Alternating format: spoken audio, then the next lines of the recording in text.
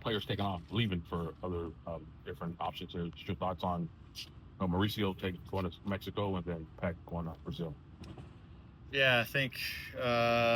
My feelings. I hate when guys go out because it's guys who have learned sort of what we want to do, and obviously guys who are invested in the group and they're great guys in our team. Obviously, with each of them, they've had impacts. Mauti is a young player who's growing and emerging as what I would say is a starting attacking right back, and we saw what he's capable of doing in terms of what he can do on the attacking side. He was still growing on the defending side, but he was going to get there. With Gabe, we saw huge moments. Sometimes we saw a little bit of down moments, but we saw huge moments, and sometimes I think it was just the partnership and the relationship and his feeling like sometimes he had to do more than the things that he was really great at, and that's just sometimes a product of the team going through an evolution in different positions that were around him.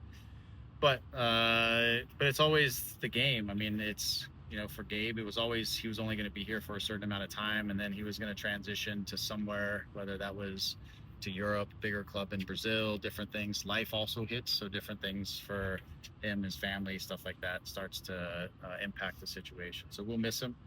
It's all going to come down to who fills his position and fills his place, and how that player will have an impact on our group, and we'll see. That's to be determined.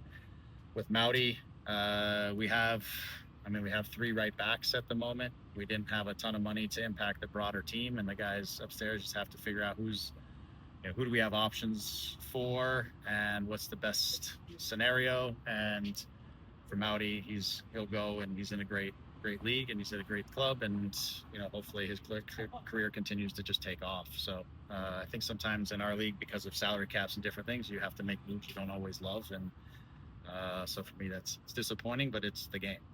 And so the next step, because the season starts real fast, is who's coming in and getting them integrated into our group as quickly as possible, because we are mid-season.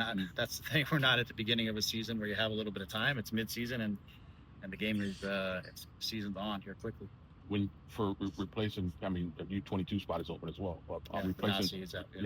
Replacing Pec, is it the same profile you're looking for, and how confident are you that replacement will be here before the 17th?